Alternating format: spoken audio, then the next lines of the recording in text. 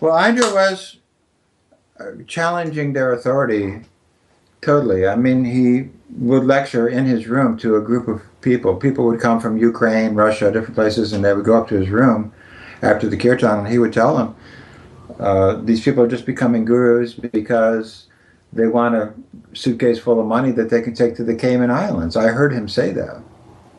So he was very critical of them. We will have the rest of eternity to collect the thousands and millions of disciples if that's what Krishna wants. Not that we push the panic button, childlessly play makeshift lifeguard guru, jumping into the ocean of material existence to save, in quotes, the drowning, in quotes, souls, become overwhelmed by the tidal wave of Maya and heroically get ourselves drowned in the process. He was against the guru voting system. He says this guru voting is some ecclesiastical. He had big words for all this stuff, but he called them corporate figureheads and all kinds of things. There really can be no feasible makeshift or stopgap blind Uncle Vicar. Disciplic succession means from acharya to acharya or acharyas, not from acharya to umpteen gazillion blockheads who, being too spiritually gutless to grasp the recognized esoteric method of unalloyed devotional realization, prefer to parade about, presumably on the plea of para upakara, preaching any retarded, shabby, so-called philosophy that blunderbusses out from their internally bankrupt, institutionally bamboozled, busybodying brainlessness. Just as the series of crystal clear lenses of a telescope brings a distant image within the purview of our eyes, in the same way, a sampradaya's transcendental heritage is brought into the scope of our understanding through a transparent medium, a chain of pure and spiritually potent representatives of the Acharya Parampara. Dusty, foggy, flawed, warped, or impotent lenses will not do.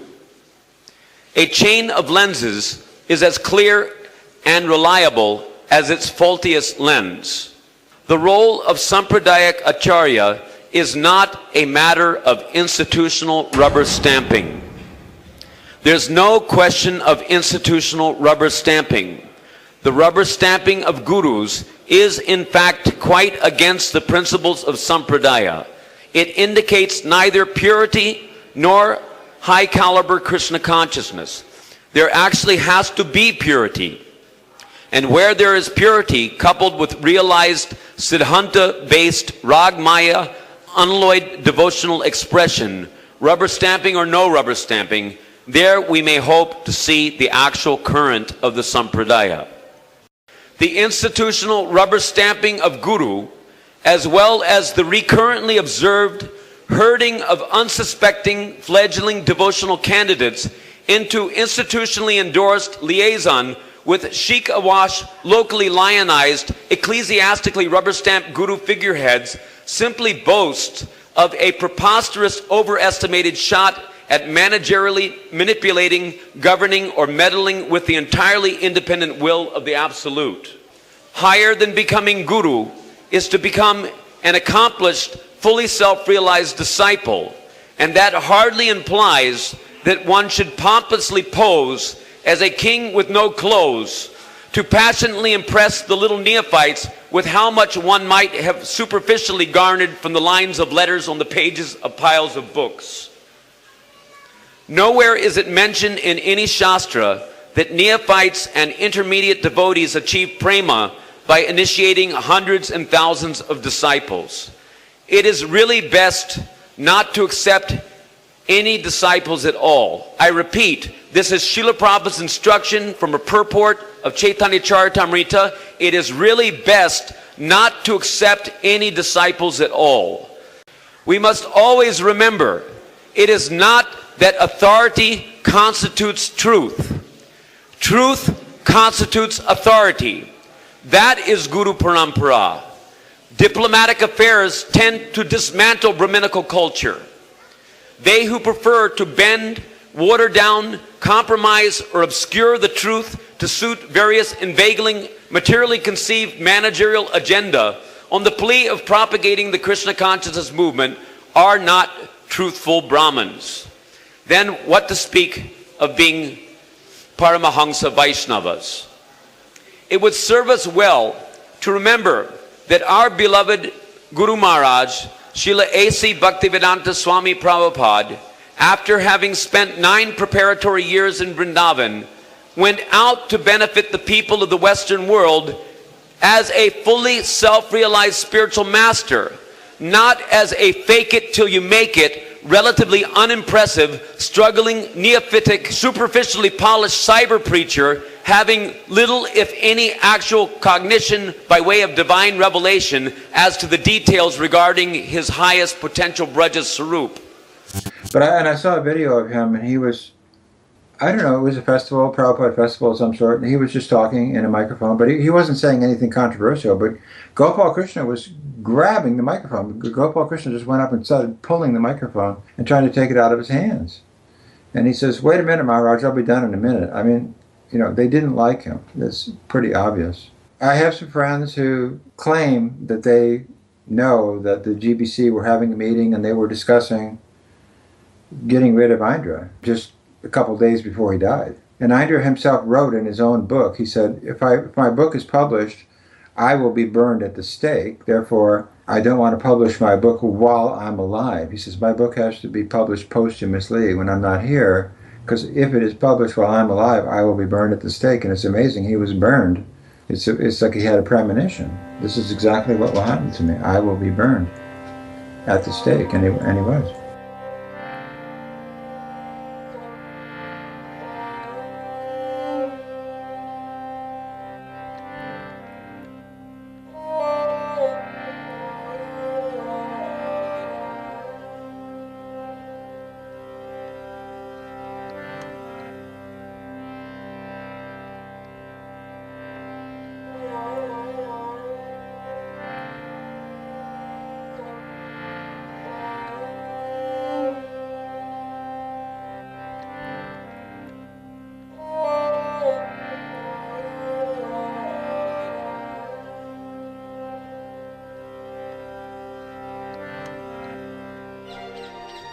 But then I ran into the Bhagavad Gita cards. And I'd done it a few times with different questions just for fun. And I was pretty impressed that there's something to it. Krishna's the director of all. So then I decided that, what about my book? You know, what am I going to do? What about my book? So then I chanted Prabhupada's Pranam Mantra, and I was like cutting the deck, and I was chanting the Panchatattva Maha Mantra and cutting the deck, and then I chanted 3 times the Maha Mantra. Then I decided, okay, I'll take the top card. Whichever card comes on top, that'll be the one Krishna wants me to see. So I take the card and, there was a picture of Hanuman, and he was ripping open his heart and showing Sitaram, and it was written, simplicity. And I said, what? But then I opened the little booklet. I was amazed. And I don't know if I can remember it. I think it was chapter 13, verse number 12, the purport. And Prabhupada defines what is simplicity. He says, simplicity means that one should, without diplomacy, be so straightforward that he can disclose the truth even to an enemy. I was amazed. It was just confirmation that, you know, maybe in spite of everything, in spite of all the repercussions, maybe I'm on the right track. Maybe that's what Krishna wants me to do. Then no wonder devotees are leaving, you know, and going hither and thither to look for the higher taste, because they're not getting the higher taste. Revolution means revolution. It means we have to shed pounds and gallons of blood to get the job done. We have to turn this movement inside out, upside down, whatever we have to do. Those who have understood this are awake to the need of the hour, and those who have not understood it are still sleeping. It's time to wake up.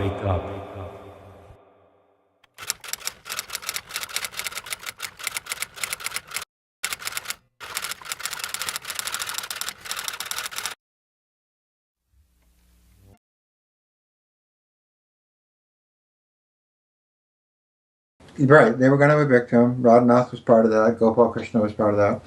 Radhanath and Gopal Krishna worked very closely together. I mean, they were together. They buried Kirtananda in a samadhi in Vrindavan. Both of them were there. So they're like peas in a pod.